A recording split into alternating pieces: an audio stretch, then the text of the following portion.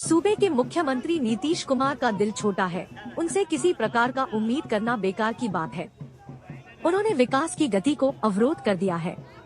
उक्त बातें केंद्रीय गृह राज्य मंत्री नित्यानंद राय जिले के रतनी फरीदपुर प्रखंड के अंतर्गत अब्दिला गांव में पटेल सेवा संघ द्वारा आयोजित सरदार वल्लभ भाई पटेल की 73वीं पुण्यतिथि समारोह को संबोधित करते हुए कहा। उन्होंने सरदार वल्लभ भाई पटेल के जीवनी पर प्रकाश डालते हुए कहा कि अगर आजादी के बाद सरदार वल्लभ भाई पटेल देश के प्रधानमंत्री होते तो देश का इतिहास कुछ और होता, लेकिन केंद्रीय गृह मंत्री के तौर पर उन्होंने देश के लिए जो काम किया उसे देशवासी कभी भुला नहीं सकते हैं। पटेल साहब का ही देन है कि आज भारत एकीकृत दिख रहा है। उन्होंने कहा कि देश के प्रधानमंत्री नरेंद्र मोदी जी सरदार वल्लभ भाई पटेल के सपने को साकार करने में लगे हुए हैं और एक विकसित भारत का निर्माण कर रहे हैं। उन्होंने गुजरात में सरदार वल्लभ भाई पटेल का सबसे बड़ा प्रतिमा स्थापित कर इतिहास रचने का काम किया है। पुण्यतिथि समारोह को संबोधित करते हुए बिहार के पूर्व मुख्यमंत्री जीतन राम मांझी ने कहा कि नीतीश कुमार नारद मोह में फंसे हुए हैं कि कोई भी दल आकर मुझे प्रधानमंत्री बनाने का न्योता दे, लेकिन ऐसा होने वाला नहीं है। जिस तरह नारद भगवान विष्णु से सुंदर कन्या से शादी करने के लिए रूप की मांग की थी, लेकिन भगवान ने उन्हें जो रूप दिया था वह सर्वविदित है और नारद जी उस रूप को लेकर स्वयंवर सभा में दिखते थे कि वरमाला कर दे। इस तरह नीतीश कुमार का अभी हाल बना हुआ है। पूर्व मुख्यमंत्री ने कहा कि नीतीश कुमार का दिमागी हालत ठीक नहीं है। महामहिम राष्ट्रपति जब आए तो उनसे भी अपने केंद्रीय मंत्रिमंडल के समय में किए गए काम का व्याख्यान करने लगे।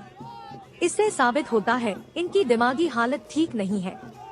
इन्हें मुख्यमंत्री पद से इस्तीफा कर देना चाहिए ताकि राज्य का विकास अवरुद्ध न हो सके। पूर्व मुख्यमंत्री ने पुण्यतिथि समारोह को संबोधित करते हुए कहा कि जातीय जनगणना पर जब मैं सच्ची बात रखी तो नीतीश कुमार हमें अपशब्दों का प्रयोग किया। हम कमजोर जाति से हैं, दलित हैं, इसलिए मुझे डराना चाहते हैं, लेकिन मैं डरने वाला नहीं हूँ। पुण्यतिथि समारोह को संबोधित करते हुए जहानाबाद के पूर्व सांसद ने कहा कि सरदार वल्लभ भाई पटेल ने न सिर्फ देश को एकीकृत करने का काम किया था बल्कि पुनः जागरण का काम किया था। सरदार वल्लभ भाई पटेल के पुण्यतिथि के अवसर पर पहुंचे केंद्रीय गृह राज्य मंत्री नित्यानंद राय, पूर्व मुख्यमंत्री जीतन राम मांझी एवं पूर्व सांसद डॉक्टर अरुण कुमार ने सबसे पहले उनके प्रतिमा पर माल्यार्पण किया। तत्पश्चात प्रतिमा के आसपास ही एक वृद्ध आश्रम का शिलान्यास संयुक्त रूप से किया। पटेल सेवा संघ द्वारा आयोजित सरदार वल्लभ भाई के पुण्यतिथि समारोह में नेताओं का जमावड़ा हुआ। एक बार हम पटेल जयंती में आए हैं। देखिए, ये सौभाग्य की बात है और जहानाबाद के साथियों को हम बहुत बहुत धन्यवाद देते हैं कि पटेल साहब जिनको लोग विसारने का काम किया था, आज उनका नाम उजागर करने के लिए जहानाबाद के ऐसे अंचल में आज रखा गया है उनके पुण्यतिथि। इसके लिए बहुत बहुत धन्यवाद हम देते हैं। और पटेल साहब, हम समझते हैं कि दुर्भाग्य रहा हिंदुस्तान का कि अगर पटेल साहब को वाकई तरजीह दी जाती और भारत के प्रधानमंत्री प्रथम बन गए होते तो आज हिंदुस्तान की जो स्थिति है वे नहीं रहती और कहीं आगे और बढ़ती। ये सौभाग्य है पटेल साहब के बाद नरेंद्र मोदी जी आज उनके स्थान को पूरा करने में लगे हुए हैं।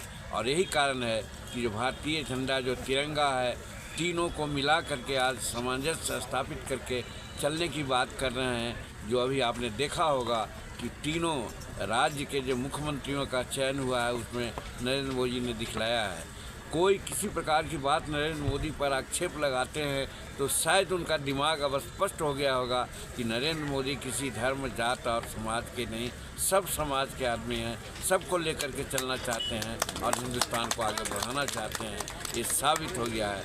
ऐसे संदर्भ में हम पटेल साहब को याद करते हैं और पटेल साहब की आत्मा का आशीर्वाद ही है कि नरेंद्र भाई मोदी जी आज ऐसा काम कर रहे हैं अनूठा, जिससे कि देश आज, जैसा आप जानते हैं कि हमारा देश का आर्थिक स्थिति 15वां और 14वां स्थिति में था, आज आर्थिक स्थिति में 5वां आ गए हैं और नरेंद्र मोदी जी का पक्का इरादा है, निश्चित है, उन्होंने कर दिया है कि 2024 में हिंदुस्तान विश्व का तीसरी अर्थव्यवस्था होगी। तो आप सोच सकते हैं, एक बार मौका हम लोग नरेंद्र मोदी जी को जो देने ही जा रहे हैं 2024 में, तो आप देखिएगा कि 2030 में हिंदुस्तान संसार का प्रथम अर्थव्यवस्था हो जाएगी। इससे बढ़कर के और क्या हो सकता है। तो मेरा कहने का मतलब है कि जिस काम को पटेल साहब करना चाहते थे वो काम और लोगों ने नहीं करने दिया, और उस काम को आज नरेंद्र भाई मोदी जी पूरा करने जा रहे हैं। इसलिए नरेंद्र मोदी जी के प्रति हम आभार व्यक्त करते हैं। मान लो नीतीश भी कहते हैं कि हम पटेल जी के अनुयायी हैं और उनके झूठी बात बोलते हैं वो लोग सिर्फ क्या कहते हैं, नारेबाजी की बात करते हैं। छपास लोग हैं, बात सिर्फ करते हैं, काम कुछ नहीं है। काम करते हैं अपने मन का, पैसा कमाने की बात, भाई भतीजेवाद, जात पात, अपने बाल बच्चों को आगे बढ़ाने की बात करते हैं। समाज से कोई मतलब नहीं है। और माननीय नीतीश कुमार जी तो अब एक तरह से मानसिक स्थिति को उन्होंने खो दिया है। क्या बोलते हैं आप जानते हैं कि अभी हाल में कोई भी पब्लिक मीटिंग में उनको बोलने नहीं दिया जा रहा है। इसलिए नहीं बोलने दिया जा रहा है कि क्या बोल देंगे उसका कोई हिसाब नहीं है। वो सब कुछ जानते हैं कि उनका दिमाग अब नहीं ठीक रहा है।